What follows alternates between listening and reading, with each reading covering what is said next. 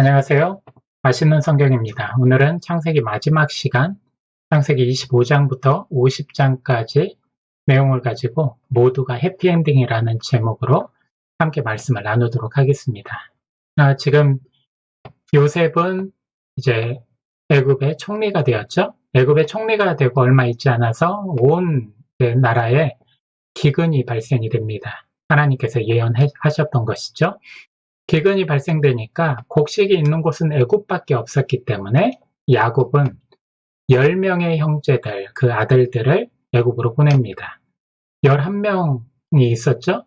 그 중에 한 명은 베냐민이죠. 그 베냐민을 남겨놓고 애굽으로 보내죠. 베냐민은 라헬의 아들이었죠. 요셉은 죽었다고 생각하고 있기 때문에 라헬의 아들 베냐민은 지키고 싶었죠. 여기에서도 이제 야곱이 아직 남겨져 있는 편애가 다시금 보입니다. 그래 이런 과정을 통해서 이제 요셉이 곡식을 얻기 위해서 사기 위해서 온 10명의 형제들을 만나게 되고 그 형제들을 시험을 하는 과정들이 있습니다. 그런 모든 과정들을 통해서 하나님의 섭리와 계획이 어떻게 진행이 되는지를 한번 살펴보도록 하겠습니다. 21절 말씀에 이런 말씀이 있어요. 우리가 아우의 일로 말미암아 범죄하였도다. 그가 우리에게 애걸할 때에 그 마음의 괴로움을 보고도 듣지 아니하였으므로 이 괴로움이 우리에게 임하도다. 애굽에 도착한 형들을 이제 알아본 요셉이 이제 이 형들을 시험을 하죠. 첫 번째 시험이 이 형들이 정탐꾼이다라고 단정을 짓고 이제 이들을 구속하려고 합니다. 그런데 구속에서 벗어나기 위해서는 너희가 아직 데려오지 않은 막내 아들, 막내 동생이죠. 베냐민을 데려와서 너희 신분이 확인이 되면 내가 석방을 해주겠다. 이런 식으로 조건을 내겁니다. 그러니까 이 형들이 이 얘기를 듣고 하는 고백이 바로 방금 읽었던 21절의 내용이죠. 그런데 21절의 내용은 참 신기합니다. 형들이 지금까지의 삶에서 많은 이제 부당한 대우를 받았고 아버지로부터 그리고 편애를 행했던 아버지를 원망하지 않고 여기 야곱의 편애에 대해서 핑계대지 않고 자신들의 잘못을 뉘우치고 있어요.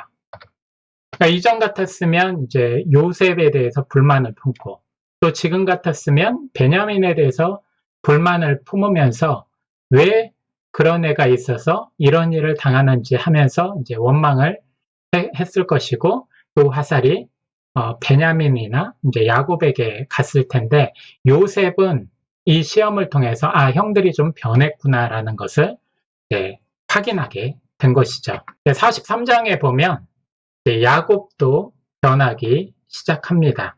여기 야곱은 막다른 길에서 변하기 시작한다라고 적었죠. 야곱은 그냥 평상시의 상황에서 변한 것이 아니라 어쩔 수 없는 상황에서 변하기 시작한 것이죠. 창세기 43장을 여기 나와 있는 2절을 한번 읽어보면 그들이 애굽에서 가져온 곡식을 다 먹음에 그 아버지가 그들에게 이르되 다시 가서 우리를 위하여 양식을 조금 사오라. 이렇게 나와 있어요. 지금 첫 번째 시험을 거치면서 이제 동생을 데려오라고 했으니까 동생을 데려오기 위해서 다시 집으로 야곱의 집으로 돌아온 거죠. 돌아오면서 양식을 좀 넉넉히 가져왔어요. 그런데 동생을 내주지 않습니다. 아버지가. 내주지 않고 있다가 이제는 가져온 양식을 다 먹게 된 거죠. 이제 굶어 죽게 됐어요. 이제 이대로 굶어 죽느냐 아니면 내가 편애하고 있는 베냐민을 그쪽으로 가서 확인시켜주고 형제들을 살리느냐 이제 이 두 가지 기로에 서 있죠. 그냥 마냥 있어서 굶어 죽느니 그냥 베냐민을 보내는 게 낫다. 이제 편애하고 있던 베냐민을 자기 손으로 보내는 조금 변하게 된 것이죠. 어떤 상황에서? 막다른 상황에서. 여러분, 사람은 막다른 상황에서 무욕의 경지에 이릅니다. 여기에 적어놨죠? 인간은 막다른 길에서 무욕의 경지에 이릅니다. 그리고 그 막다른 길에서 하나님을 만납니다. 야곱 또한 그런 지금 경험을 하고 있는 것이죠. 우리가 막다른 길이 어디인가요? 건강하던 사람은 건강을 잃고, 또한 잘 나가던 사람은 실패를 하고, 또한 인간관계에 튼튼하던 사람이 인간에게 배신당하고, 또 여러 가지 물질적으로 풍요한 사람이 물질 모두를 잃은 상황. 이런 자기가 의지하고 자기가 신처럼 떠받들면서 추구하고 집착했던 모든 것들을 잃은 상황. 이런 상황이 막다른 길이겠죠. 막다른 길에서 하나님을 찾습니다. 그리고 막다른 길에서 이것만 해결해 주신다면 내가 뭐든지 하겠습니다. 아무런 욕심이 없고 이 상황만 벗어나기를 원한다는 것이죠. 인간은 막다른 길에서 무욕, 즉 욕심을 버립니다. 그리고 무엇이 가치 있는 것인지 조금은 느끼게 되죠. 야곱은 막다른 길, 이제 기아와 이제 죽음 앞에서 이제 무엇이 중요하고 또 무엇을 해야 될지 명확한 판단력이 선 것이죠. 이제 야곱은 그렇게 무욕을 추구하면서 이제 하나님을 다시금 찾기 시작합니다. 13절, 14절 보면 내 아우도 데리고 떠나 다시 그 사람에게로 가라. 이제 베냐민을 놓아주죠.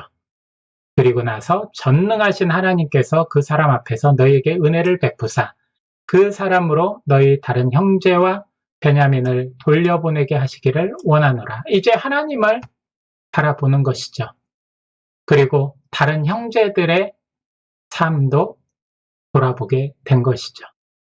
마지막 내가 자식을 잃게 되면 이르리로다. 에스더서에 이제 내가 죽으면 죽으리라.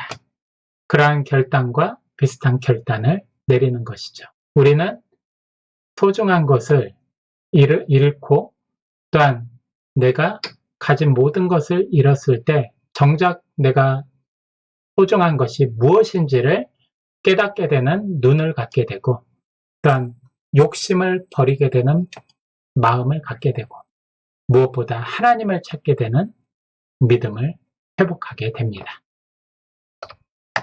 자, 창세기 44장에서 요셉의 두 번째 시험이 이제 나옵니다. 이 두 번째 시험은 첫 번째 시험에서 형들이 왔을 때 너희들은 정탐꾼이라 라고 얘기를 하고 단정을 하고 이제 막내 동생 베냐민을 데려오라는 시험을 하죠. 그때 어떤 반응을 하는지. 이제 두 번째 시험에서는 베냐민 그 짐 속에 은잔을 넣어가지고 돌아가게 만들면서 돌아가기 직전에 은잔이 사라졌다라는 얘기를 하면서 이제 수색을 하죠.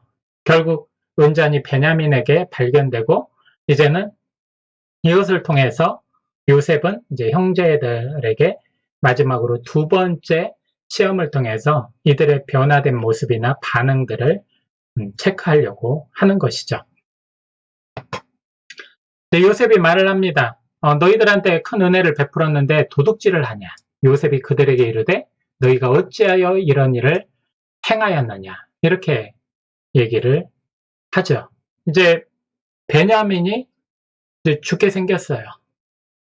그리고 베냐민을 구속시키든 죽이든지 하면은 이제는 자신들 목숨뿐만 아니라 이제 자신들의 거취 여러 가지 상황들 더 악화의 길로에 서게 되죠. 그런데 자신들을 방어하거나 변론하려고 하지 않습니다. 유다는 이제 나서서 자신보다는 이 베냐민을 잃으면 마음 아파하고 그리고 정말 베냐민을 잃으면 모든 것을 잃는 것 같은 슬픔에 빠질 아버지의 아픔을 끌어안습니다.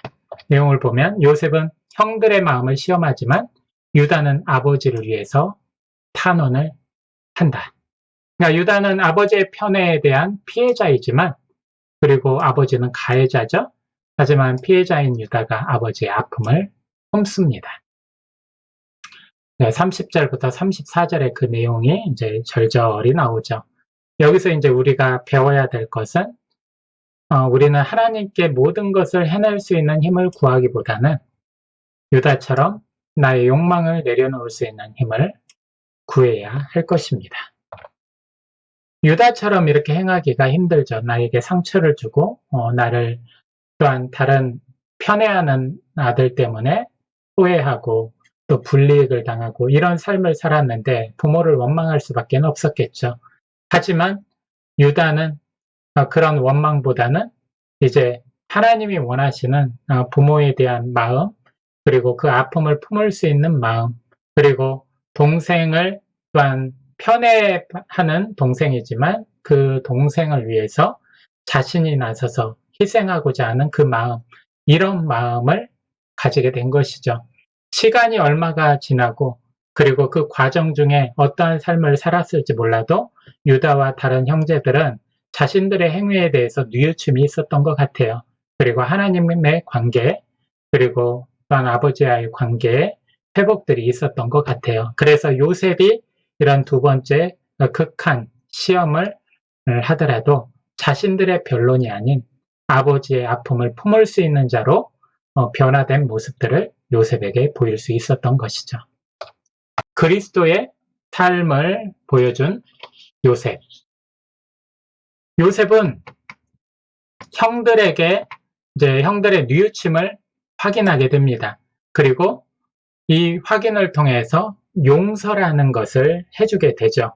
그 용서를 하면서 했던 말이 5절에 나와 있는 말씀입니다. 하나님이 생명을 구원하시려고 나를 당신들보다 먼저 보내셨나이다. 여러분, 보통 이제 요셉의 이야기고 성경의 이야기니까 이것은 자연스럽게 보일지 몰라요. 해피엔딩으로 끝나고. 하지만 우리 일상의 삶에서는 이런 상황들이 보여지는 게 상당히 어렵습니다. 그 사람이 이제 화해를 하는 그런 과정들이 있어요. 근데 이 화해의 과정에서 반드시 필요한 게 있어요. 첫 번째 필요한 부분은 이제 피해자의 용서가 전제가 돼야 돼요.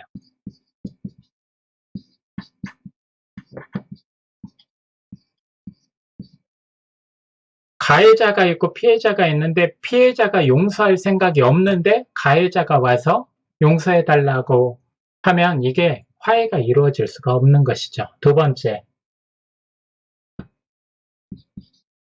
회개가 전제가 돼야죠. 뉘우침이죠. 이거는 가해자의 회개입니다.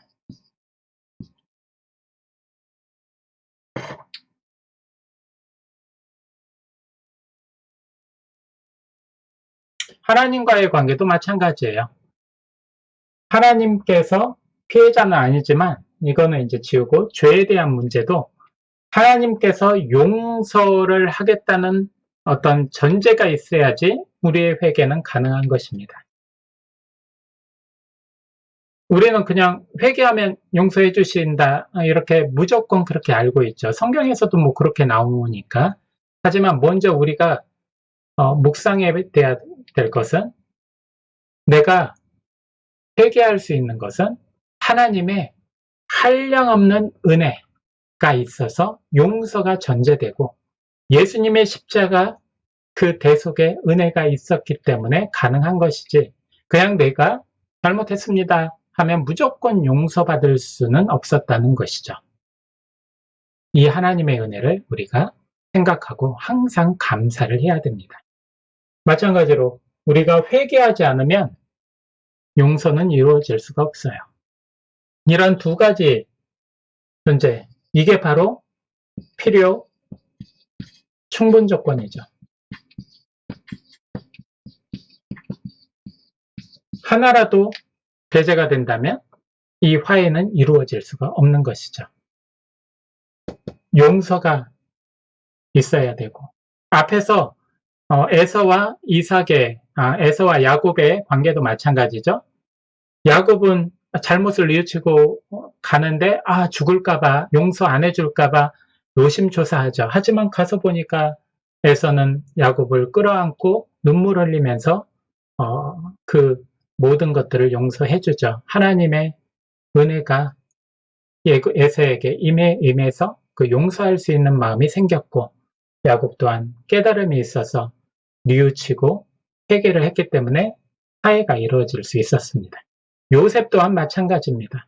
요셉 형제들의 변한 모습을 보면서 감동을 받아 그 감동 속에서 용서의 마음을 품고 자신을 드러내고, 형들 또한 지금까지의 변화된 모습을 보여주면서 동생에게 저질렀던 일들, 우리가 동생에게 했던 일 때문에 우리가 죄를 받는구나, 벌을 받는구나, 이런 뉘우침이 있었기 때문에 이 화해가 이루어질 수가 있었던 것이죠.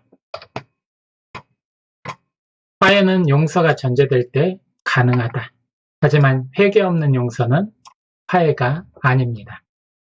다시 말하면 하나님 앞에 진정으로 회개가 이루어져야지, 우리의 마음의 변화와 삶의 변화, 행동의 변화가 이루어져야지만이 용서가 있는 거지, 단순한 후회나 단순한 뉘우침으로 변화 없고 또한 삶의 행동의 변화가 없는, 생각의 변화가 없는 어떤 형식적인 회개는 하나님과의 화해가 이루어질 수가 없는 것이죠.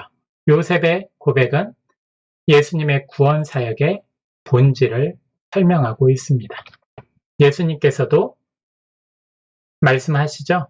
예수님께서도 행동으로 보여주셨죠. 먼저 생명을 구원하시기 위해서 십자가에 달리시고, 죄 없는 예수님께서 죄인의 몸으로 십자가에 달려서 대속의 피를 흘리셨던 것이죠. 요셉 또한 하나님 앞에 고백을 하고 형들 앞에서 고백을 합니다.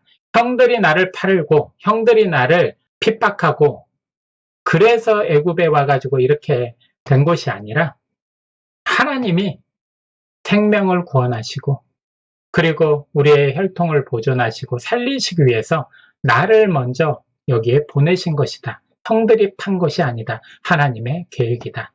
라고 하나님의 뜻, 하나님의 계획을 얘기하면서 형들을 위로했던 것이죠.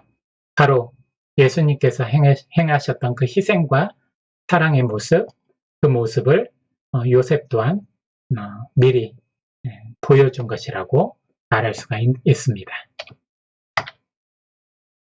자, 요셉의 꿈을 완성하다. 창세기 45장의 말씀 8절을 한번 읽어보면, 나를 이리로 보낸 이는 당신들이 아니요 하나님이시라. 여기서 요셉의 이야기의 핵심이 나옵니다. 이것은 바로 하나님의 섭리와 계획 가운데 이 모든 것이 이루어진 것이지, 형들이 나를 팔고 나를 핍박한 것이 아니라는 것이죠. 다 하나님의 작품이라는 것을 이야기하면서 형들을 안심시키고, 또한 이것을 통해서 하나님이 내게 주신 꿈을 이루었다라는 것을 고백하고 있습니다. 창세기 45장 5절부터 8절까지 내용을 읽어보면, 당신들이 나를 이곳에 팔았다고 해서 근심하지 마소서, 한탄하지 마소서. 하나님이 생명을 구원하시려고 나를 당신들보다 먼저 보내셨나이다. 하나님이 큰 구원으로 당신들의 생명을 보존하고 당신들의 후손을 세상에 두시려고 나를 당신들보다 먼저 보내셨나니, 그런즉 나를 이리로 보내신 이는 당신들이 아니요 하나님이시라. 이렇게 고백을 하고 있습니다. 여기 나와 있는 것처럼 이 모든 것이 하나님의 섭리요 계획이라고 요셉은 고백하고 있죠. 그리고 이 섭리와 계획을 통해서 하나님이 내게 주신 꿈을 완성하신 것이다 라고 이야기하고 있습니다. 이제 46장부터 49장은 야곱의 식구들이 애굽으로 이주하는 모습들을 보여주죠. 그리고 애굽 땅 중에 고센 지역은 상당히 비옥한 곳입니다. 이 비옥한 곳에 모든 70명의 가족들이 이주를 하는 내용이 46, 7장에 나와 있고요. 므낫세와 에브라임을 축복하는 장면이 48장, 그리고 야곱이 이제 죽음을 맞이하는 49장까지의 내용이 나와 있습니다. 여기에서 이제 아브라함에게 약속하셨던 별과 같은 모래와 같이 많은 후손들을 주겠다. 그 본격적으로 이 말씀이 성취되는 배경이 되는, 환경이 되는 고센 지역, 이 고센 지역 가장 비옥한 땅에 이들이 정착하게 되고 번성하게 되고 하나님의 큰 그림을 완성하는 그러한 상황이 이 46장부터 49장까지의 내용에 적혀 있습니다. 그리고 마지막 창세기 50장에 모두가 해피엔딩이라는 제목을 적어놨는데요. 특별히 19절부터 21절까지의 내용을 보면 요셉의 신앙 고백이 나오고 또한 형들에 대한 위로가 나와요. 이 배경이 될 수 있었던 것은 요셉의 아버지인 야곱이 죽게 되었죠. 죽게 된 뒤에 형들은 다시금 불안함에 떨게 돼요. 아버지가 살아 계셨으니까 요셉이 우리에게 복수를 하지 않았을지 모른다.